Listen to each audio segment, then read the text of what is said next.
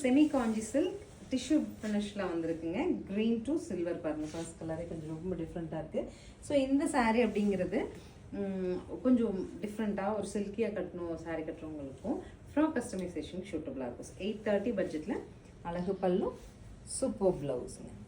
colours update பண்ணுறேன், பார்த்துட்டு பிடிச்ச கலர் எடுத்து